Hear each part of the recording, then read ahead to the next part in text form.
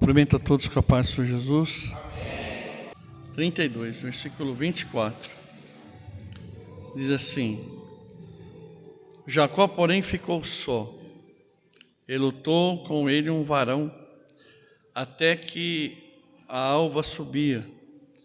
Então, vendo que não prevalecia contra ele, tocou a juntura da sua coxa, e se deslocou a juntura da coxa de Jacó, lutando com ele. E disse: Deixa-me ir, porque já a alva subiu. Porém ele disse: Não te deixarei ir, se não me abençoares. E disse-lhe: Qual é o teu nome? E ele disse: Jacó.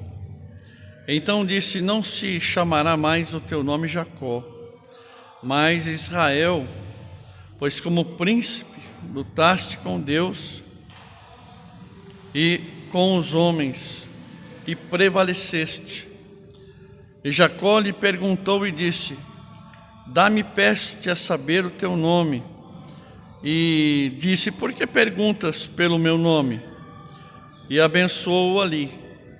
E chamou Jacó o nome daquele lugar Peniel, porque dizia: Tenho visto a Deus face a face, e a minha alma foi salva.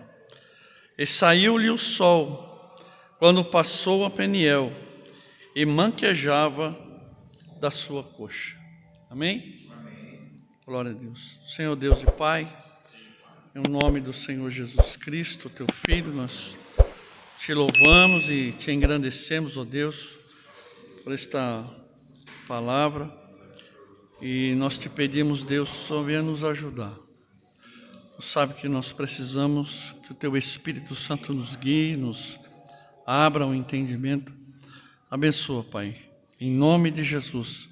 Glorifica o teu nome, Pai, o que pedimos e te agradecemos. Amém. Irmãos, poder sentar. É um texto bastante conhecido de todo mundo, né? Jacó também é uma figura muito conhecida de todos nós, né? Jacó, ele nasceu pendurado tinha um irmão gêmeo, né, que nasceu um pouquinho antes dele, e ele nasceu pendurado no calcanhar dele, querendo passar na frente do irmão, e por causa disso ele recebeu esse nome de Jacó, que traz a ideia de suplantador, de enganador, né? Jacó sempre demonstrou aí uma personalidade, um caráter não muito bom, né? Isso já vem de família, que a mãe dele também o ajudou a enganar o seu pai. Depois ele teve que fugir para a casa do seu tio Labão, que também era outro camarada que também tinha um mau caráter, né? Você vê que Jacó, ele era uma pessoa que demonstrou ter um caráter não muito bom em alguns momentos, onde, por exemplo, ele foi oportunista, né? Quando seu irmão chegou lá cansado e ele estava fazendo lá um guisado, e ele se mostrou oportunista, né? Ele fez o seu irmão fazer um juramento, trocando a primogenitura dele por aquele guisado. E em outros momentos, né? Como quando ele enganou seu pai, né? Tentando se passar pelo seu irmão. Então, um homem que ele tentou atropelar a Deus, ele tentou agir, né? Ajudando, vamos dizer assim, ajudando a Deus, tentando apressar aquilo que ele tinha. É interessante que por causa dessas tramóias dele, ele teve que sair fugido, né? Porque o seu irmão ameaçou de morte, e no caminho ele se encontra com Deus. No caminho ele vai dormir em cima de uma pedra, e ele tem uma visão, onde ele vê o Senhor em cima de uma escada muito alta, e o Senhor fala para ele que aquele lugar onde ele está deitado era promessa para a vida dele. Mas mesmo ele tendo esse encontro, mesmo ele tendo conhecimento dessa promessa, nós podemos dizer que Jacó já era crente, né? Ele nasceu num lar de crente, ele já né, do crente Abraão. Ele já conhecia, já sabia da promessa, ele já conhecia Deus através dos seus pais. E mesmo assim ele ainda continuou vivendo, meio que tentando levar vantagem em tudo, né? E chega um momento que é o momento dele voltar, né? É o momento dele voltar. E é sobre isso que eu quero falar. Porque nesse retorno de Jacó, com toda a sua família e tudo aquilo que com muita dificuldade ele conquistou, porque ele enganou, também foi enganado, da mesma maneira que ele, né, trapaceou, ele também foi trapaceado. E a gente vê que não adianta, que tudo que a gente vai plantando a gente acaba colhendo. E ele chega um momento no versículo 24, que a Bíblia diz, fala que ele passa todos ali naquele vale, mas o texto do versículo 24 diz: Jacó, porém, ficou só, né? E tem momento que a gente precisa ficar só, né? Tem momento que é esse momento que a gente precisa ficar a sós com Deus. Eu já falei um pouco outro dia sobre isso, mas essa palavra aqui, ela me tocou muito, porque é um momento onde Jacó agora, ele vai lutar com um homem, que depois o texto vai revelar que aquele homem de alguma maneira era Deus, tentando ensinar alguma coisa ali para Jacó. Ele luta, o texto diz aqui que ele luta a noite toda, né? Isto fala de perseverança, isso fala de persistência, né? Deus nos encoraja a persistir, nos encoraja. Isso fala de oração, isso fala de você estar lutando com Deus ali a noite toda. Com certeza Deus ali queria ensinar alguma coisa, né? E à medida que nós vamos lutando, à medida que nós vamos avançando, que nós vamos mesmo em meio às dificuldades, às adversidades, não é? Aquela luta, aquela peleja, mas ele ficou a noite inteira ali pelejando, ele não desistiu, ele não desanimou. Então às vezes nós estamos passando uma luta terrível, estamos passando uma dificuldade. Se for perguntar aqui, todo mundo aqui tem luta, a gente está passando uma prova em várias áreas da nossa vida, mas Deus sempre nos impulsiona a gente está persistindo, a gente continuar lutando, a gente continuar agarrado com Ele, porque Deus, Ele vai, através disso, Ele vai de alguma maneira, Ele vai nos abençoar, não é? À medida que nós vamos lutando, nessa luta, o nosso caráter ele vai sendo amadurecido, o nosso caráter vai sendo mudado, o nosso caráter vai sendo transformado, não é? Louvado seja o nome de Jesus. E Jacó, ele precisava desse encontro, não somente com Deus, mas Deus sabia que ele também precisava de um encontro com ele mesmo. No versículo 27 aqui, nós vemos Deus perguntando para ele: qual é o teu nome? Qual é o teu nome?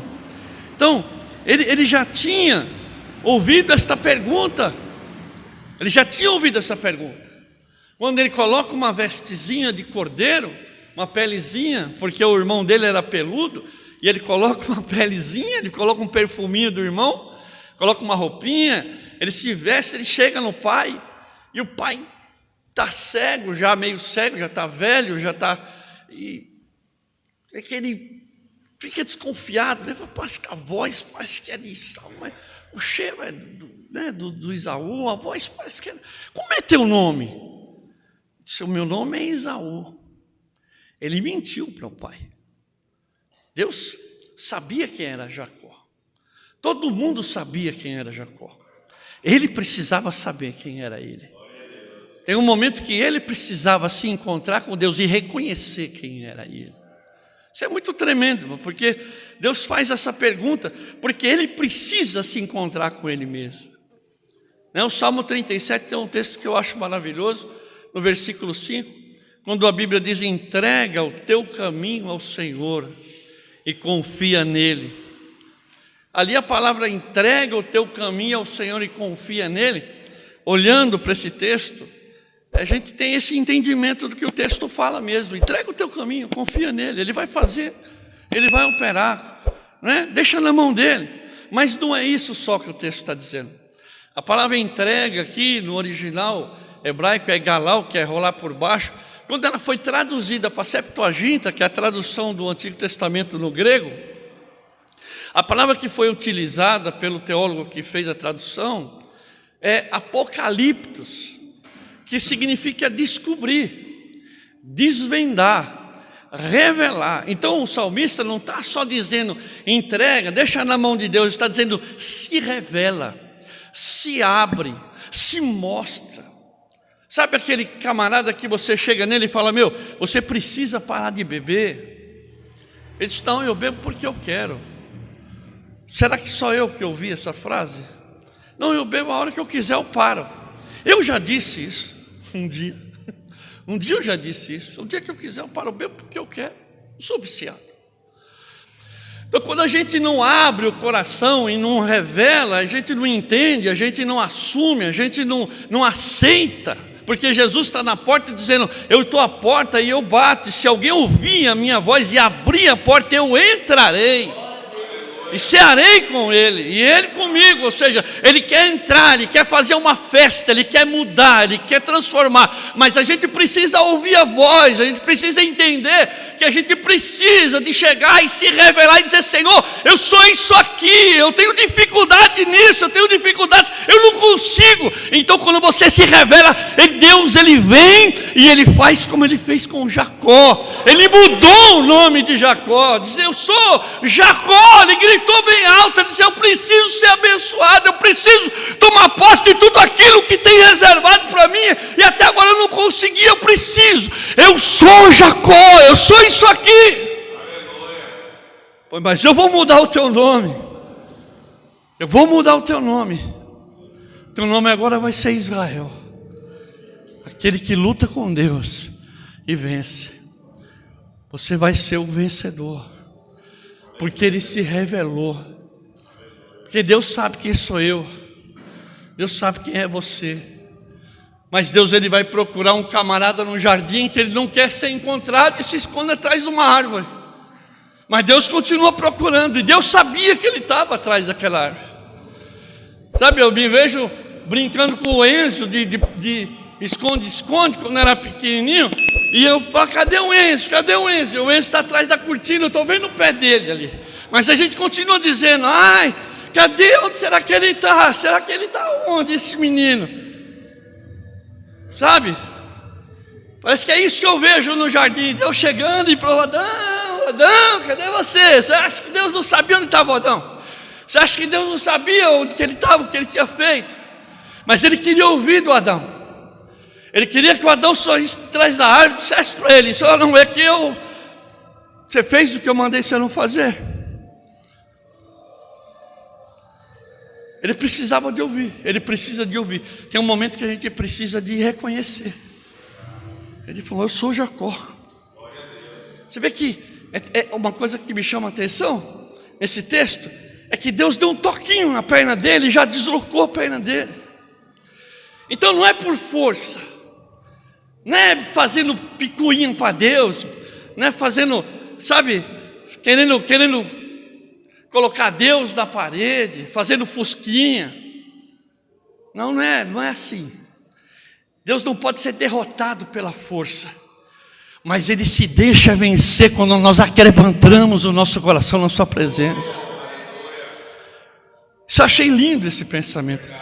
Ele não pode ser derrotado pela força, mas ele se deixa vencer por um coração quebrantado, pela nossa oração, por nosso clamor. Eu sou Jacó, eu preciso mudar. E Deus muda o nome de Jacó. E o nome, na tradução de Israel, é muito importante. O nome fala muito sobre quem é, sobre o caráter, sobre o destino de uma pessoa. Ele mudou o nome de Abraão Ele mudou o nome de Sara, Ele mudou o nome de Pedro. Ele quer mudar o meu nome, Ele quer mudar o nosso nome. Ele quer mudar a nossa identidade. E eu acho que uma coisa que é muito interessante aqui nesse texto é no versículo 31, onde eu tiro um tema para essa mensagem. Porque a Bíblia diz que quando ele sai desse encontro, ele sai mancando de uma perna. E a gente entende que ninguém que se encontra com Deus pode continuar andando da mesma maneira. Ninguém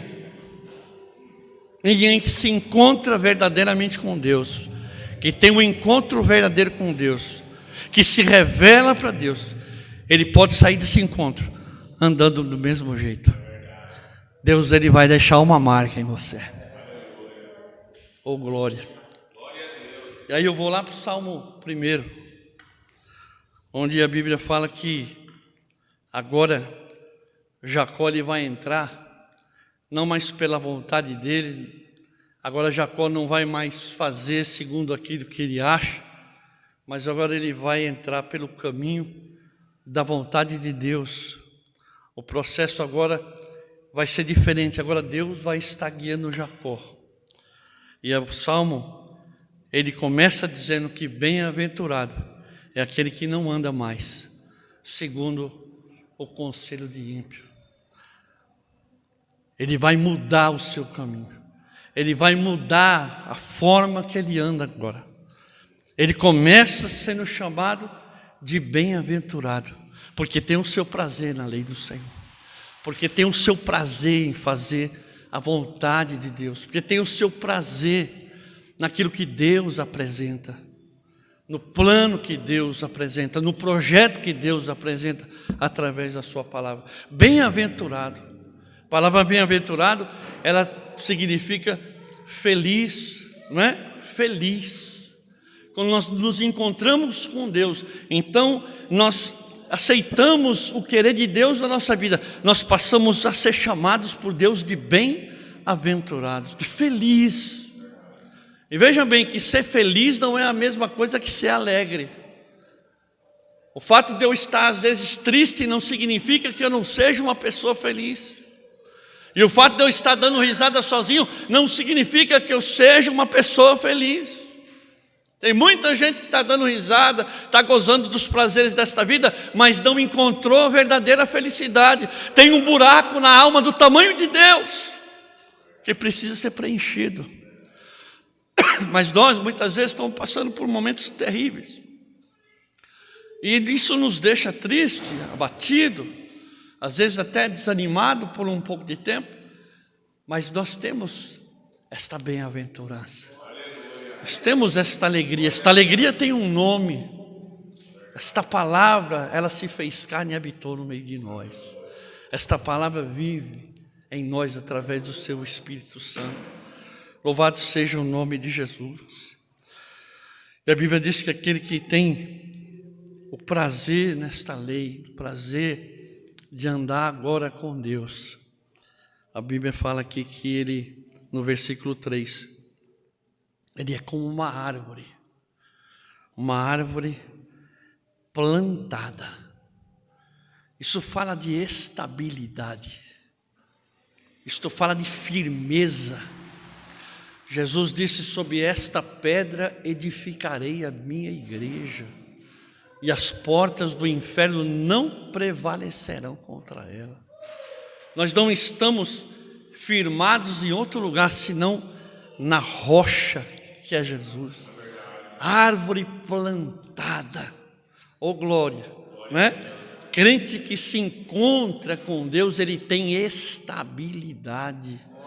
Crente que tem um encontro genuíno com Deus, ele tem a marca da firmeza, ele está sobre a rocha. Não é qualquer palavra que tira ele da presença de Deus, não é qualquer pensamento que afasta ele da presença de Deus, não é qualquer coisa que vai minar a confiança que ele tem em Deus. A Bíblia diz que aquele que confia no Senhor é como o monte Sião, que não se abala, permanece para todo sempre. Oh glória, eu vejo Davi olhando em volta de Sião, diz assim: como esses montes estão em volta de Sião, assim o Senhor está em volta do seu povo. Louvado seja o nome de Jesus.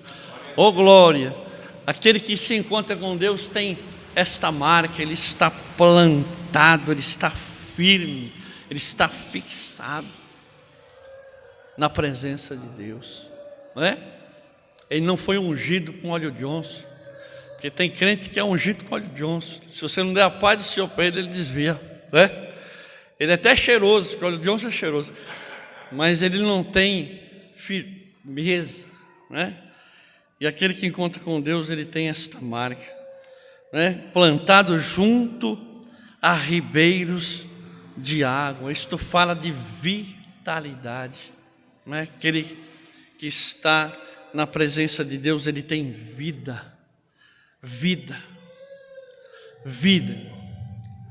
Tem muita gente que às vezes até está indo à igreja, mas não tem vida, não tem alegria. Às vezes você cumprimenta o irmão no ombro: Pai do Senhor, passou, não passou, é paz do Senhor, não é passou.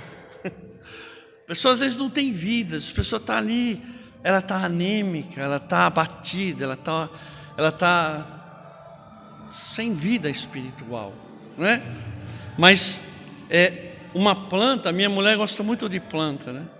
Eu vejo lá ela mexendo sempre nas plantinhas, e você vê que uma planta, você coloca ela num vaso, se você daqui a pouco você tira do vaso e coloca em outro vaso, e daqui a pouco você tira daquele outro vaso e coloca em outro vaso, ela não vai demorar muito, ela vai morrer, não é? Ela vai morrer. Ela não tem condição de criar raiz, de se fortalecer. Então, tem pessoas, como Paulo disse, que são levados por qualquer vento de doutrina, que estão todo o tempo sendo levados para lá e para cá por pensamentos. Como diz o próprio Paulo, existem muitas vozes desse mundo, e a gente precisa ter discernimento, a gente precisa ter entendimento, a gente está firmado nesta palavra, a gente tem que estar plantado, e a gente tem que estar com os pés sobre esta rocha, não é? Junto a estas águas. Jesus disse: aquele que tem sede, vem a mim e beba, porque rios de água viva vão fluir do seu ventre. A água que ele ofereceu para aquela mulher sentada lá no poço de Samaria. Se o senhor não tem um balde aí para pegar a água, como é que o senhor... Mas a água que eu tenho para te dar, você não vai precisar beber de novo, essa água vai jorrar do seu ventre. A água que dá vida para a nossa alma, o pão que alimenta o nosso homem interior, isso que Deus tem para nós, né? Aquele que está plantado junto a estas águas, a água da palavra. Jesus disse lá em João 15:3: vós já sois lavados pela palavra que eu vos tenho dito. Louvado seja o nome de Jesus, não é? A marca da firmeza, da estabilidade, né? Do louvor, porque quando nós andamos na presença de Deus, nós louvamos o nome dEle. Quando nós estamos firmes na presença de Deus, junto a este ribeiro, o nome do Senhor é glorificado na nossa vida. Nós temos esta marca. Salmo 149, versículo 6, diz que Deus nos deu duas armas, que haja na vossa garganta altos louvores ao nosso Deus, e uma espada de 2 fios na vossa mão. Oh glória! Deus te deu uma espada, que é a palavra, e Deus te deu um louvor. O poder que existe no louvor, nós vemos lá no capítulo 16 de Atos, quando Paulo e Silas começaram a louvar, e Deus chacoalhou aquela cadeia, porque Deus não suporta um coração quebrantado. Estavam ali sofrendo, mas orando e adorando, e Deus, Ele abriu as cadeias e entrou com salvação naquele lugar, pelo poder da palavra e do louvor que saía da boca daqueles homens. Louvado seja o nome de Jesus, né? Nós temos esta marca, está plantado junto a ribeiro de água, as suas folhas não caem, tudo que fizer prosperará. Isso fala de produtividade. Crente que se encontrou com Deus, ele é produtivo, não é? Ele é produtivo. Ele está sempre em movimento. Porque nosso Deus é um Deus de movimento. Nosso Deus é um Deus que está sempre em movimento. E o crente que é cheio de Deus, ele está sempre se movimentando, ele está sempre compartilhando, ele está sempre estendendo amor, ele está sempre procurando ajudar, ele está sempre tentando fazer alguma coisa para o engrandecimento do reino, né? Estamos, Deus, ele nos transformou, Deus, ele nos mudou. A Bíblia fala no Salmo 40 que ele nos tirou de um charco de lodo e colocou os nossos pés sobre a rocha, não é? Esta elevação, teologicamente falando, isto é salvação, isso é mudança. 2 Coríntios 5,17 diz que aquele que está em Cristo é nova criatura, as coisas velhas já mudaram. Romanos 6,4 fala sobre andando em novidade de vida. Esse andando aí no grego é peripatel, significa andar, mas progredindo no seu caminhar.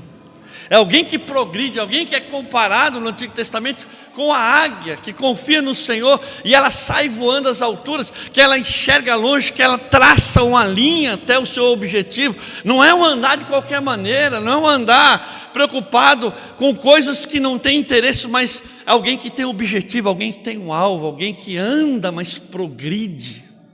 Sabe, tem gente que a gente às vezes conhece, que a gente encontra há 10 anos que não via, e você encontra e ele está do mesmo jeito. A pessoa não progrediu nem financeiramente, nem emocionalmente, nem familiarmente, nem espiritualmente, nem de jeito nenhum. Passa 5 anos, passa 10, passa 20, aquela pessoa está do mesmo jeito, com a mesma conversa, com os mesmos problemas, com as mesmas dificuldades. Não existe uma progressão, não existe um progresso. E não é o que o texto diz. O texto diz que nós temos que andar em novidade de vida. Em novidade. Quem anda com Cristo é nova criatura. Deus tem coisa nova. Deus tem coisa nova. Quando nós estamos com Cristo, Deus abre os nossos olhos para nós enxergarmos diferente. Quando nós vemos um problema, em vez de fofocar, a gente ajuda, em vez de julgar, a gente estende a mão. Nós recebemos uma nova visão, uma visão de Deus. O encontro traz a nós, aqui o texto diz, a verdadeira prosperidade. Tudo o que fizer prosperará. Tem muita gente pregando aí prosperidade por aí. Mas a verdadeira prosperidade, eu vejo na vida de José, não é? Que não tinha nada, estava lá como empregado, como um escravo, não é? Mas aonde ele colocava a sua mão, a Bíblia diz que Deus prosperava, porque Deus era a prosperidade de José. Meu irmão, você pode ter o que você quiser aqui nesse mundo, mas se não tiver a presença de Deus, você não tem coisa nenhuma. Nesse mundo você pode conquistar tudo, e a Bíblia diz, você pode ganhar o mundo inteiro, mas o que você pode dar em troca da tua alma?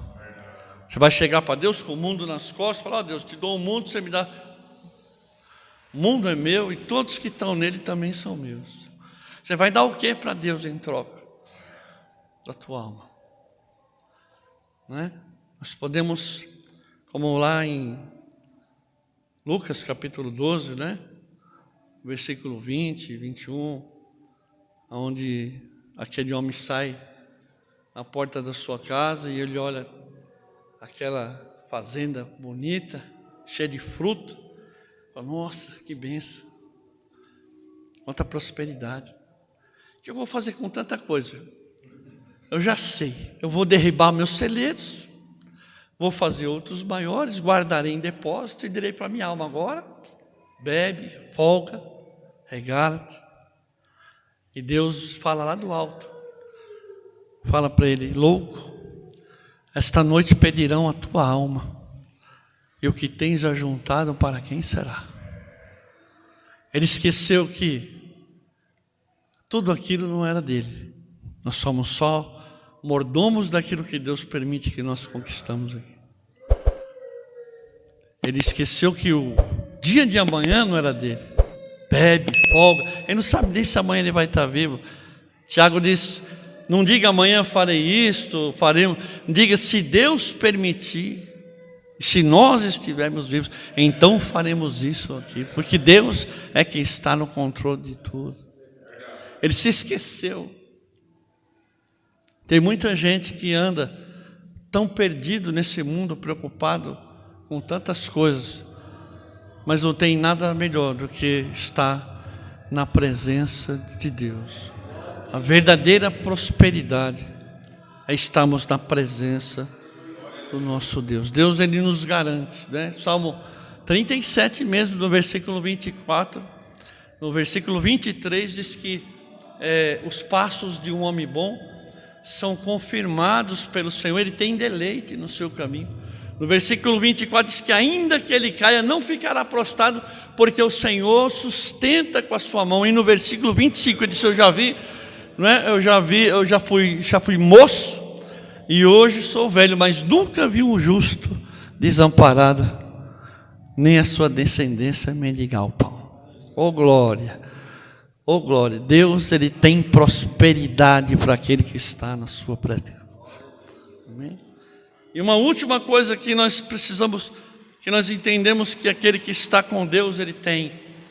O texto diz aqui: não são como os ímpios, mas são que são como a moinha que o vento espalha, pelo que os ímpios não subsistirão no juízo, nem os pecadores na congregação dos justos, porque o Senhor conhece o caminho do justo, mas o caminho dos ímpios perecerá. Isso fala de testemunho, meu. Ele não vai subsistir no juízo. O Senhor conhece. Isso fala de testemunho. Aquele que está com Cristo, ele precisa ter testemunho. No Salmo 40 ele diz: muitos verão, não é? Ele colocou os meus pés sobre uma rocha, colocou um novo cântico na minha boca e um hino de louvor ao nosso Deus. Oh glória! O verdadeiro louvor, ele vem do céu. Um hino de louvor. Ele colocou um hino de louvor na minha boca, para que o nome dele seja glorificado. E muitos verão e temerão ao Senhor. Testemunho. Eu me lembro daquele homem de Gadara, quando Jesus enfrenta uma tempestade, né? Deixa uma multidão de assediadores, né? Para entrar num barquinho e passar para um outro lugar, enfrentando todas as adversidades, porque com certeza os seus discípulos não estavam nada confortáveis com aquilo, que aquele lugar não era o lugar onde eles tinham o costume de estar. Você vê que eles criavam porcos, e ele chegando lá, por causa de uma alma que estava atormentada por demônios, uma alma, todos conhecem essa história. Jesus liberta aquela alma. Quando a cidade fica sabendo do que aconteceu, vai todo mundo ali, e ele está sentado, penteadinho. Jesus passou o gelzinho no cabelo dele, ele está arrumadinho, está sentadinho, e o povo pede para o Jesus ir embora, porque eles preferiam os porcos dele. E Jesus, ele vai embora. E aquele moço fala: Senhor, eu insiste para ir. Ele falou: não, vai à tua casa e diz o que Deus fez. Isso é muito tremendo, né? Porque a Bíblia diz que os anjos atentaram para esse evangelho, mas anjo não tem testemunho. Mas aquele moço, ele podia sair dizendo: lembra de mim? Lembra daquele endemoniado? Lembra? Foi Deus quem fez isso. Foi Jesus quem transformou a minha vida. E a Bíblia diz que na segunda transformação de pães tinha uma multidão de Gadara. E com certeza foi aquele moço que levou até ele, não é? Que nós possamos cultivar isso no nosso coração, não é?